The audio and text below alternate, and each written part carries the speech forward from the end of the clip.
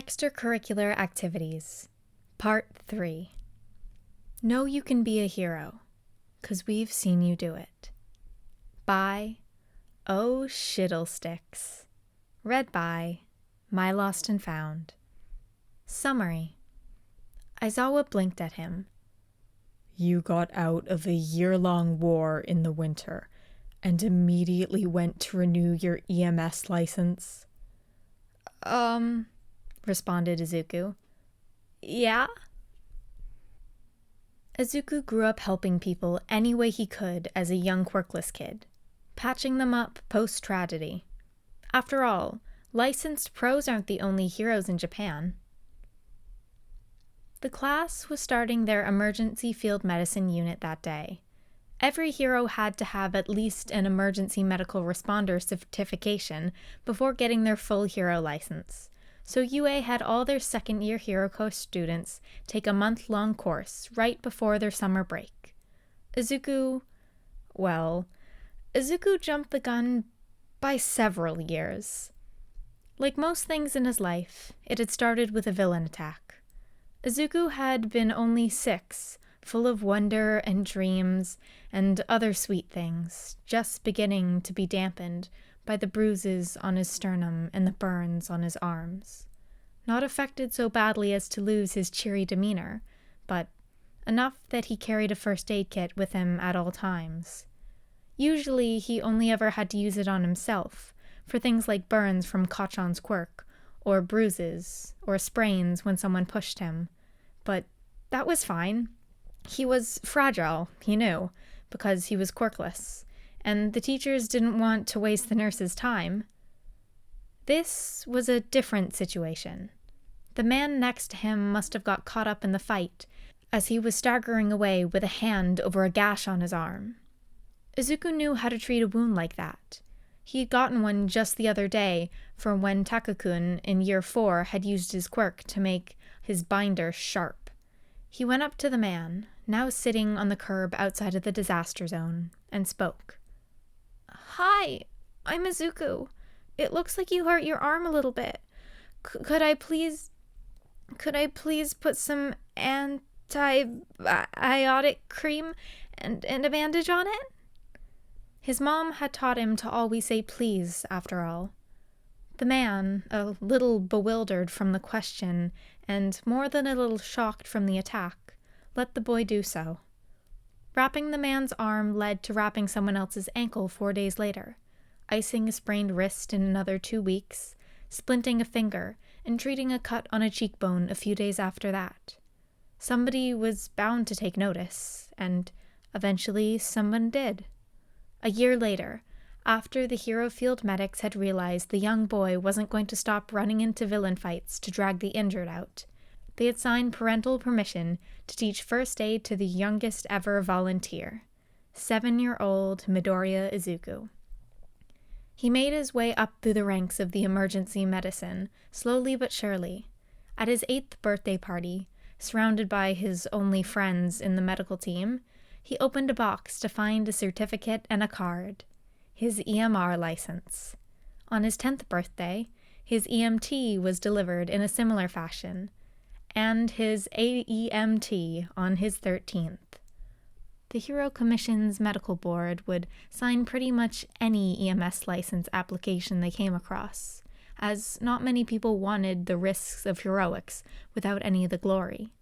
It wasn't hard to ignore the fact that the applicant was quirkless, between him passing the necessary tests and a little bit of money that found its way into the board member's wallet. The being a minor thing wasn't all that important either. Hero students got licenses younger than 18 anyway. A year or 9 wouldn't be all that different. He was quirkless after all, so there wouldn't be any public outcry if he were to be hurt or killed on the job.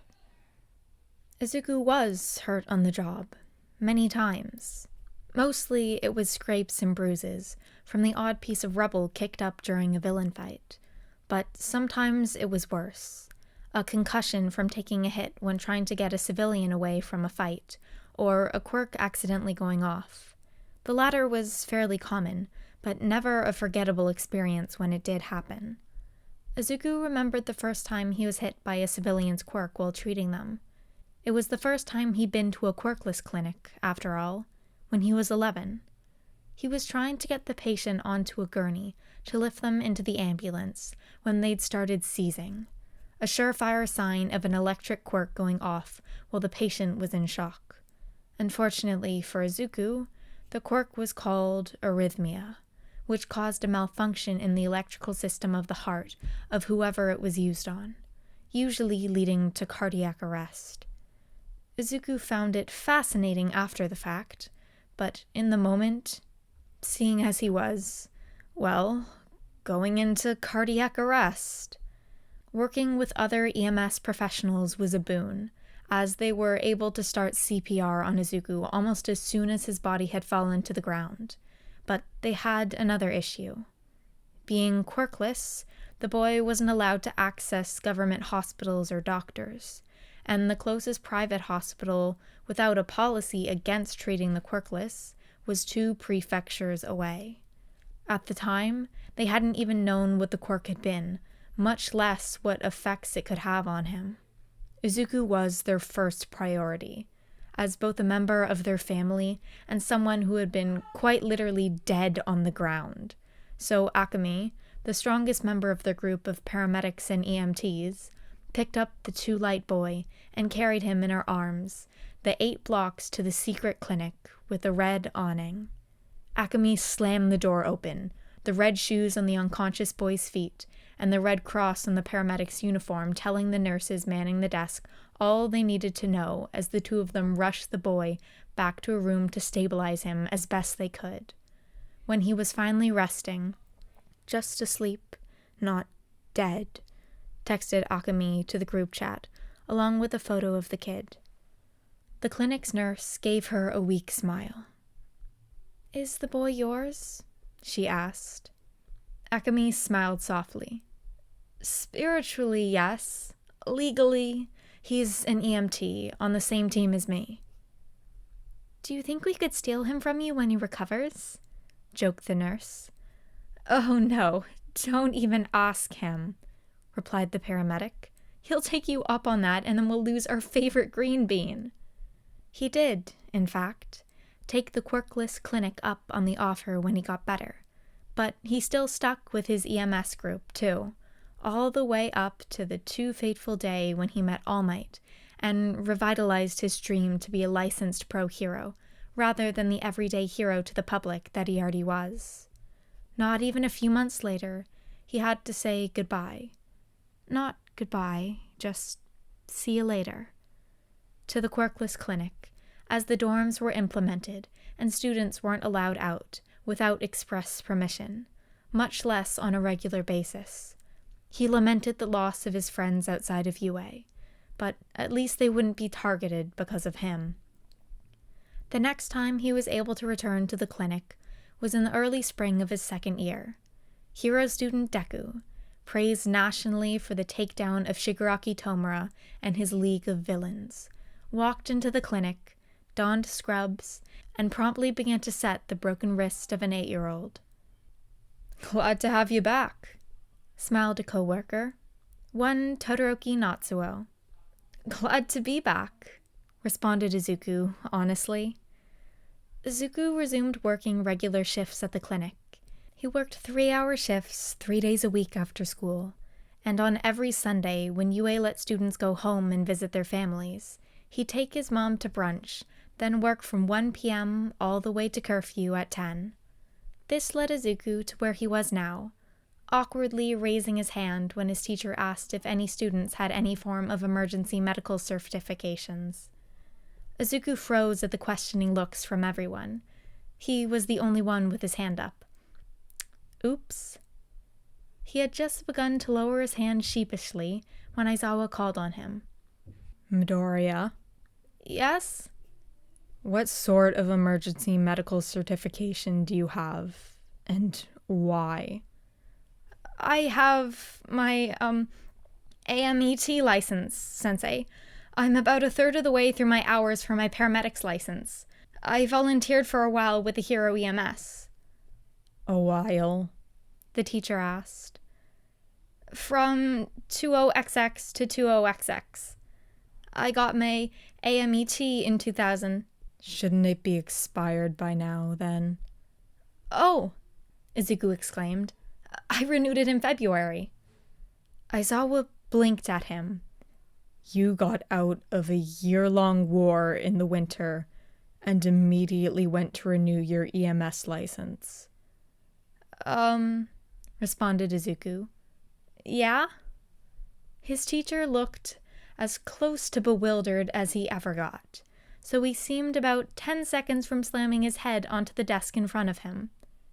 If you stopped volunteering 2 years ago, then why did you renew your license? It would have been far easier to do it through this class.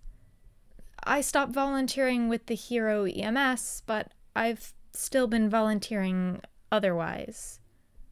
With who? I'm going to need to speak with whoever's been supervising you. There's not really... Izuku looked up to make sure his teacher understood what he was saying. You know the clinic with the red awning in Chrome 2, Block 14? Aizawa knew what that meant. Of course he would. Even if Izuku hadn't seen him bring red shoe-clad people into the clinic before, he would still know because he was an underground hero. Heroes like him saw the scum of society, not just the flashy media fights, but the real gross parts of life that took place in dark alleys or on the edges of rooftops. They knew a red shoe couldn't just go to the closest hospital with a healer, but they also knew the quirkless stuck together. So Izawa looked at his student in a new light.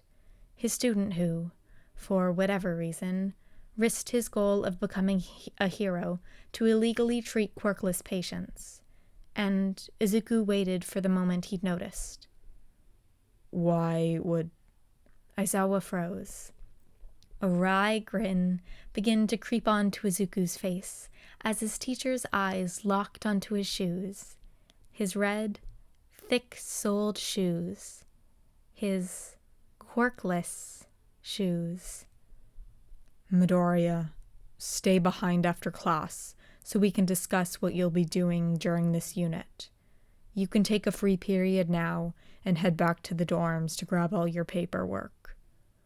Izuku's classmates, startled by not only the complete non sequitur, but the conversation as a whole, just watched as he gathered his things and left the classroom. He didn't go back to his dorm. As soon as he left the classroom, he flew up the stairs and down the hallways until he got to the teacher's lounge. He knocked and smiled at Midnight when she opened the door. "Hi, Midnight-sensei. Could I speak to All Might-sensei, please?" Midnight, operating like most people Izuku knew, had decided in his first year that he was All Might's illegitimate love child.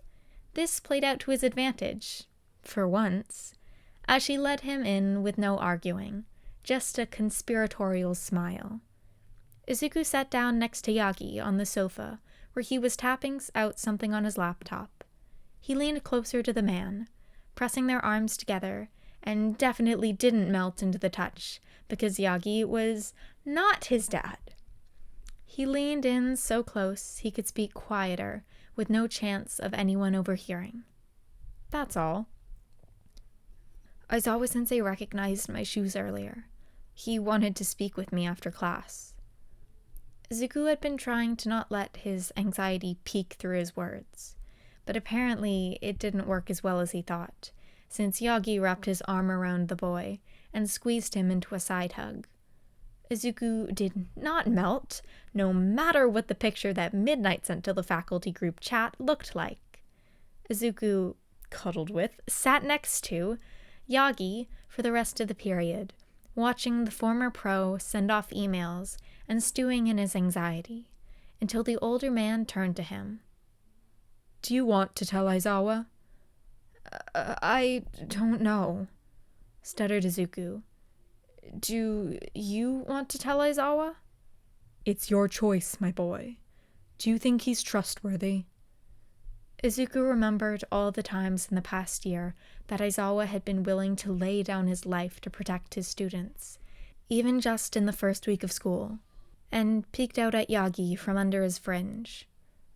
Yeah, I think so. Yeah. But could you explain it? Of course, my boy. Izuku was sure Aizawa wasn't expecting to be told a 200-year-old story, only vaguely hinted to in the underground, while just trying to gauge if his student had medical training. And he was sure Yagi wasn't expecting to be punched in the face by his not-son's homeroom teacher. But Izuku's happy with how the day turned out overall. Omake 1. 3 months later. Izawa pushed open the door in front of him, nodding to the nurse at the desk as he carried a blue-haired, red-shoed preteen into one of the back rooms of the clinic. Passing the kid off to a set of nurses, he sat down in a chair up front next to his student, who barely even noticed that he'd entered the room. Hey, problem child, said Aizawa, spooking the teen. Oh, Aizawa-sensei, exclaimed Izuku. Funny seeing you here. Not that they hadn't seen each other there on multiple occasions. You finished your essay for Mike's class tomorrow? Asked the teacher. Izuku's eyes grew wide. Oh, no. Aizawa's eyebrows raised. Better get on that then. But I have to remove an appendix in he checked his watch. 7 minutes. Can you pretty please ask Mike-sensei if I could get an extension? The puppy eyes were killer on Aizawa, who had to hide a soft smile in his capture scarf. He had a reputation to keep, after all. Fine. Izuku gave the man a grateful smile and turned in his essay 2 days later. Omake 2. 2 months earlier. Hey, Natsuo-san, said Izuku one evening when they were taking inventory. Your family name is Todoroki, yeah? Then he saw Natsuo flinch, so he backtracked. You're Shoto-kun's brother, right? Natsuo smiled a little bit, back in his comfort zone. Shoto-kun, huh?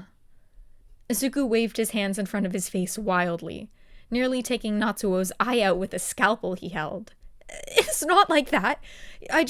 He mentioned his dead brother had a fire quirk and his living one had a cold quirk, but you're here, and although your shoes aren't red, he peered down at Natsuo's shoes. They're still custom made for the toe joint, yeah? And you're in medical school, but you can't apply to higher education without a quirk, so... Natsuo grinned. You're observant. I bet if you're close enough to Shoto to call him by his name, you know about our dumpster fire sperm donor. Izuku giggled, which Natsuo took as confirmation. I bet you can guess why he wouldn't want a quirkless son, then. So he bribed the doctor to say I didn't have the toe joint, and here I am. Todoroki Natsuo, with the minor cold hands quirk that's actually just Raynaud's syndrome I got from my mother. Izuku snorted out a bitter laugh. That's just one more reason to steal all his ligaments. Natsuo cackled. Omake 3. 10 years later. Being the #1 hero was to have his every move broadcasted. Izuku wouldn't give it up for a second. It gave him the ability to save as many people as he could, whether through his work or his activism. But his private life hadn't been his own since he earned the moniker at 23. The only thing he was able to completely keep under wraps was the clinic.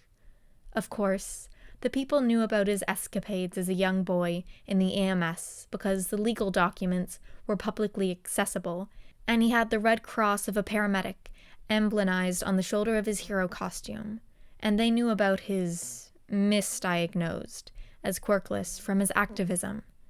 Not to mention the millions of yen he donated to both medical and quirkless charities. But nobody had ever connected the two, and that's how it would stay. So, after a battle in a crowded shopping plaza, he had used smokescreen to mask his disappearance from the scene as he lifted a young girl from the ground, red fabric on her feet and red blood on her forehead, as he carried her several blocks to a building with a red awning. He set her down in one of the back rooms and worked with a nurse to get her settled, mimicking how he had once been helped years before. And if he was asked a question he had once asked someone else years before, and he responded that yes, she could be a hero, quirkless though she was, well, there was a reason he was the symbol of hope. And if he wrapped her in a hug and gotten a little wet-eyed, those Midoriya tears spilling as much as ever, well, it would be a breach of patient-doctor confidentiality to say so, wouldn't it? Yes, I love, the quirkless clinics. It's not, a huge thing in the fandom, but I love when I can find a fic about it. It's just, I love it so much, and I'm so glad that this fic contains it. I want to see if I can find, any more that more focus on, quirkless clinics to podfic. I can't remember if I've bookmarked any of those, but, I went on a binge at one point and I read all of them that were out there. I have no idea if there's new ones, so I should probably check that out. But also, sorry if you hear stuff in the background for this. My family is loud and I live in an old house, so my brother, watching YouTube on his phone downstairs in the kitchen, he wasn't even listening that loud. I could hear it up here through my headphones, so I'm not sure if that comes across in the recording yet. But I have a whole bunch of editing to cut out all the bits where I had to stop and be like, no, someone slammed a door. I could definitely hear that. And I don't mean slammed a door, I mean shut the front door. But why are they shutting the front door? It's 9:30 at night. Why are they so loud when it's supposed to be bedtime? Normally, I like to go to bed at 9. That's what I would do if I was responsible and had self-control. So I asked them to be quiet by 9, even though I'm out here podficking in my room. Again, the house, it projects. They can definitely hear me.